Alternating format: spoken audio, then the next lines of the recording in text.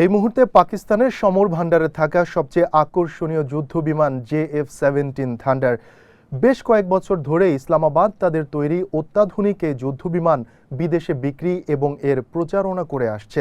তবে গেল বছরের মে মাসে চিরবৈরী ভারতের সাথে 4 দিনের সংঘাতে জড়ানোর পর JF-17 এর জনপ্রিয়তা লাফিয়ে বাড়তে থাকে।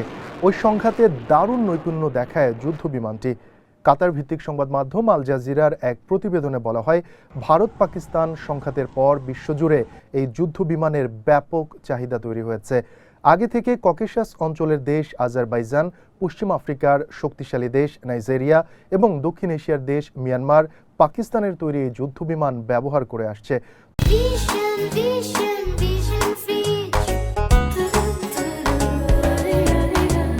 তবে নতুন করে JF-17কে নিজেদের অস্ত্র ভান্ডারে যুক্ত করতে আগ্রহ প্রকাশ করছে প্রভাবশালী আরব দেশ সৌদি আরব, সুদান এবং ইরাকও।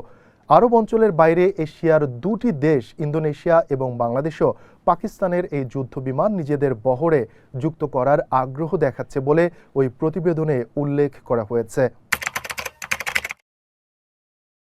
বিশ্লেষকরা বলছেন, এতদিন মিত্র আরব দেশগুলোর সেনা ও বিমান বাহিনীকে কেবল প্রশিক্ষণ সহায়তা দিয়ে আসছিল পাকিস্তান, কিন্তু ভারতের সাথে সংঘাতে ইসলামাবাদ যে সামরিক সক্ষমতা দেখিয়েছে সেটি তাদের প্রশিক্ষক থেকে নিরাপত্তা সরবরাহকারী দেশ হিসেবে আত্মপ্রকাশের পথ সুগম করে দিয়েছে। এছাড়া মধ্যপ্রাচ্যে ইসরায়েলের কর্মকাণ্ড পাকিস্তানের জন্য সম্ভাবনার দ্বার উন্মোচন করে দেয়। এর বড় উদাহরণ আরব বিশ্বের সবচেয়ে প্রভাবশালী দেশ সৌদি আরবের সাথে পাকিস্তানের কৌশলগত প্রতিরক্ষা চুক্তি। ইসরায়েল কাতারে বোমা হামলা চালানোর মাত্র সপ্তাহখানেক পরেই 2025 সালের 17 সেপ্টেম্বর এই প্রতিরক্ষা চুক্তি করে রিয়াদ ও ইসলামাবাদ। চুক্তি অনুযায়ী এর কোনো একটি দেশ আক্রান্ত হলে অপর দেশ সহায়তা করবে। বিশ্লেষকদের মতে পাকিস্তান পরমাণু শক্তিধর দেশ হওয়ায় এই ধরনের চুক্তিতে আগ্রহী হয়েছিল সৌদি আরব। যদিও সৌদির অস্ত্র ভান্ডারে যুক্তরাষ্ট্রের অত্যাধুনিক F-35 যুদ্ধবিমান সহ ইউরোপীয় মিত্রদের তৈরি যুদ্ধ বিমানও রয়েছে। প্রশ্ন উঠছে, তবুও JF-17 এর প্রতি কেন এতটা ঝোঁক দেখাচ্ছে রিয়াদ? এ বিষয়ে পাকিস্তান বিমান বাহিনীর সাবেক এয়ার কমোডর আদিল সুলতান আল জাজিরাকে বলেন, সৌদি আরব অস্ত্র ও সামরিক সরঞ্জাম ক্রয়ের ক্ষেত্রে আগে বড় কিছু শক্তির ওপর নির্ভর করত, কিন্তু বিশ্ব রাজনীতির সমীকরণ যেখানে পাল্টে যাচ্ছে তখন বিকল্প উৎস থেকেও অস্ত্র ক্রয়ের পথে হাঁটছে তারা। এছাড়া পাকিস্তান সৌদি আরবের পুরনো মিত্র। নতুন প্রতিরক্ষা চুক্তির পর দেশ দুটি নির্ভরযোগ্য অংশীদারে পরিণত হয়েছে। ফলে ইসলামাবাদের কাছ থেকে যুদ্ধ বিমান ক্রয়ের আগ্রহ দেখাচ্ছে রিয়াদ। আদিল সুলতানের এই বক্তব্যকে সমর্থন করেছেন যুক্তরাষ্ট্রের টেক্সাস ভিত্তিক প্রতিরক্ষা প্রযুক্তি বিষয়ক বিশেষজ্ঞ আমির হুসেইনও। বিশ্বের বিভিন্ন রণক্ষেত্র দাপিয়ে বেড়ানো JF-17কে বলা হয় মাল্টি রোল ফাইটার জেট, মানে স্থল ও আকাশের লক্ষ্যবস্তুতে সমানভাবে হামলা চালাতে পারে এটি। শুধু তাই নয়, প্রতিরক্ষা ও নজরদারিতে এটির বেশ সুনাম রয়েছে। যুক্তরাষ্ট্র, ব্রিটেন, ফ্রান্স ও কানাডা সহ পশ্চিমা দেশগুলোর অত্যাধুনিক এক একটি যুদ্ধ বিমান ক্রয় করতে যেখানে গড়ে খরচ হয় 80 থেকে 120 মিলিয়ন মার্কিন ডলার, সেখানে এই অর্থে কাছাকাছি সক্ষমতার JF-17 সিরিজের যুদ্ধ বিমান ক্রয় করা যায় অন্তত 3 থেকে 4টি। বিশ্লেষকরা বলছেন, দাম কম নাকি বেশি যুদ্ধ বিমানের ক্ষেত্রে সেটি মুখ্য বিষয় নয়। কাগজে কলমে যতই উন্নত প্রযুক্তির কথা বলা হোক না কেন, বাস্তব যুদ্ধে সক্ষমতার প্রমাণ না পাওয়া গেলে সে যুদ্ধ বিমান কেউ ক্রয় করতে চাইবে না। এখানে পাকিস্তানের সবচেয়ে বড় সুবিধা হলো তাদের তৈরি JF-17 যুদ্ধ বিমান যুদ্ধক্ষেত্রে পরীক্ষিত বা ব্যাটেল টেস্টেড।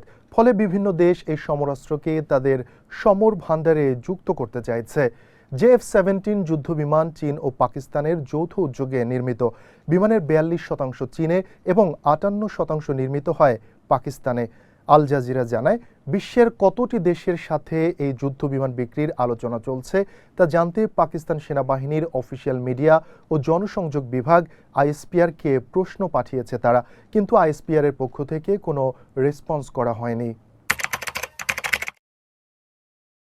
করাচি ভিত্তিক ব্রোকারেজ ও গবেষণা প্রতিষ্ঠান K-Trade-এর সাম্প্রতিক প্রতিবেদন বলছে, কেবল যুদ্ধ বিমানই নয়, tank, drone, armoured vehicle, Naval system এবং বিভিন্ন ছোট ছোট আগ্নেয়াস্ত্র রফতানি করে আসছে পাকিস্তান। পাকিস্তানের কেন্দ্রীয় ব্যাংকের ডেটা বলছে 2022 থেকে 2023 অর্থ বছরে পাকিস্তানের অস্ত্র রফতানির পরিমাণ লাফিয়ে বেড়েছে। মাত্র এক বছরের ব্যবধানে $13 মিলিয়ন থেকে অস্ত্র রফতানি বেড়ে দাঁড়িয়েছে $400 মিলিয়ন।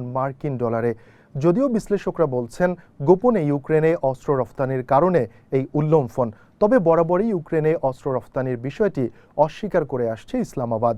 যদিও অর্থনৈতিক টানাপোড়েনে আইএমএফের কাছ থেকে ঋণ নিয়ে চলতে হচ্ছে পাকিস্তানকে, তবে দেশটির প্রতিরক্ষা মন্ত্রী খাজা আসিফ সম্প্রতি বলেছেন অস্ত্র রফতানি ও ঋণ নির্ভরতা কমিয়ে দেবে তার দেশ। তিনি দাবি করেন পাকিস্তান যেভাবে অস্ত্র রফতানির অর্ডার পাচ্ছে, আগামী 6 মাসের মধ্যে হয়তো আর ঋণ নিয়ে চলতে হবে না ইসলামাবাদকে।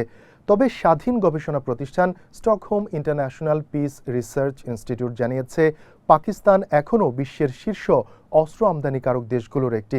দেশটির সিংহভাগ অস্ত্রই আমদানি করা হয় চীন থেকে, তবে তারা কিছু অস্ত্র রফতানিও করে, আর সেটা বার্ষিক $50 মিলিয়ন কাছাকাছি।